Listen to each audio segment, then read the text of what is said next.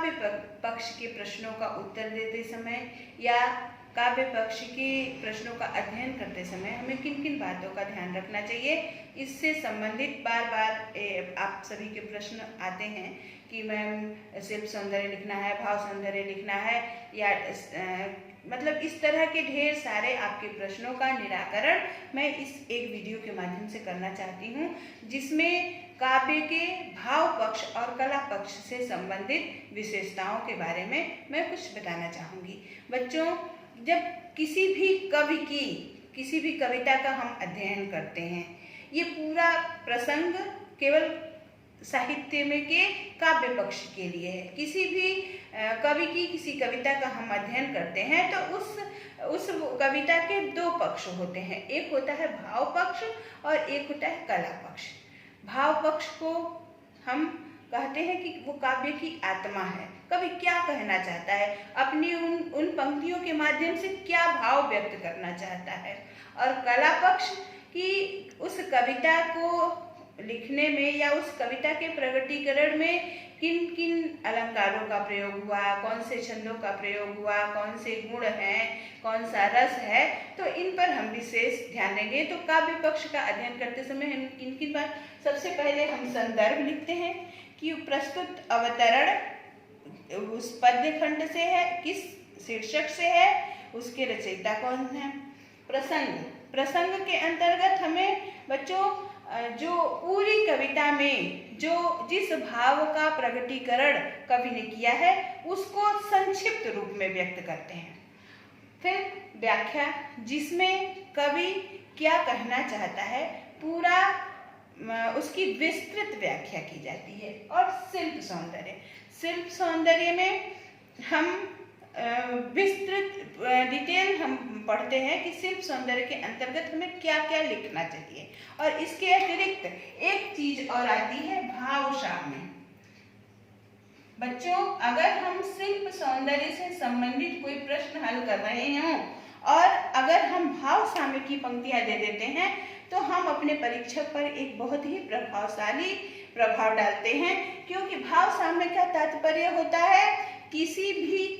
कवि की जिस भाव की कविता का हम अध्ययन कर रहे हैं उसी भाव की किसी दूसरे कवि की किसी कविता को हम कोटेशन के रूप में, उद्धरण के रूप में अगर हम प्रस्तुत करते हैं तो उसको हम भाव साम्य कहते हैं। भाव, और इससे क्या होता है बच्चों, जब आप किसी कवि की कविता की विषय वस्तु को बहुत ही भले प्रकार से आप समझ लेंगे तभी आप उस भाव की किसी दूसरे कवि की कविता का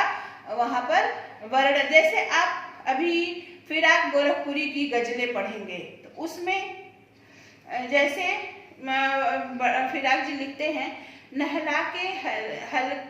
छलके निर्मल जल से, उलझे हुए गेसुओं में कंघी करके, बच्चा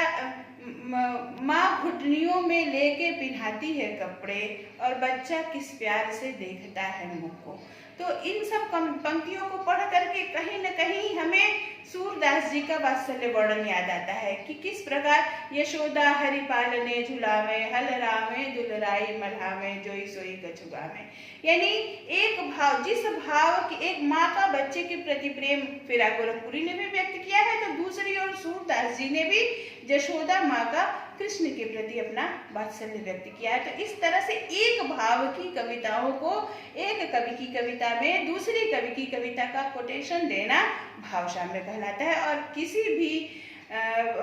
प्रश्न में यदि आप भाव साम्य की पंक्तियां देते हैं बच्चों तो वो बहुत ही प्रभावशाली रहता है और इससे आपको अधिक से अधिक अंक प्राप्त होते हैं। अब आइए हम आपको बताते हैं कि शिल्प सौंदर्य में आपको क्या क्या लिखना चाहिए और किस प्रकार लिखना चाहिए। किसी भी कविता का शिल्प सौंदर्य लिखते समय सबसे पहली बात कि उस पूरे प्रकरण में मुख्य बात क्या कही गई है। सब पूरे प्रकरण में जो वर्णित विषय वस्तु है उसको एक पंक्ति में सबसे पहले हम लिखते हैं, जिसको मैंने कहा भाव पक्ष, यानी पूरी भाव पक्ष की विशेषता को किसी एक वाक्य में सरल शब्दों में लिखना चाहिए कि पूरे पद में लेखक क्या कहना चाहता है। फिर कवि की भाषा कैसी है, किन किन अलंकारों का प्रयोग हुआ है, कौन से छंद का प्रयोग हुआ है, फिर रस, कौन से रसों का प्रयोग हुआ है, काव्य किस रस से संबंधित है। फिर गुण, गुण में बच्चों आपको मैंने बताया कि 3 प्रकार के गुण होते हैं, ओज, माधुर्य और प्रसाद।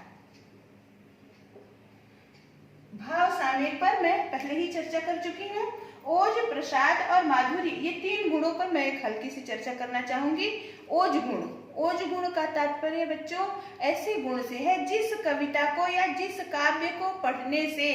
हमारे अंदर वीरता का संचार हो जाए, पौरुष का संचार हो जाए, बल का संचार हो जाए, यानी हमें उत्साह हमारे अंदर उत्पन्न हो जाए, ऐसी कविताओं को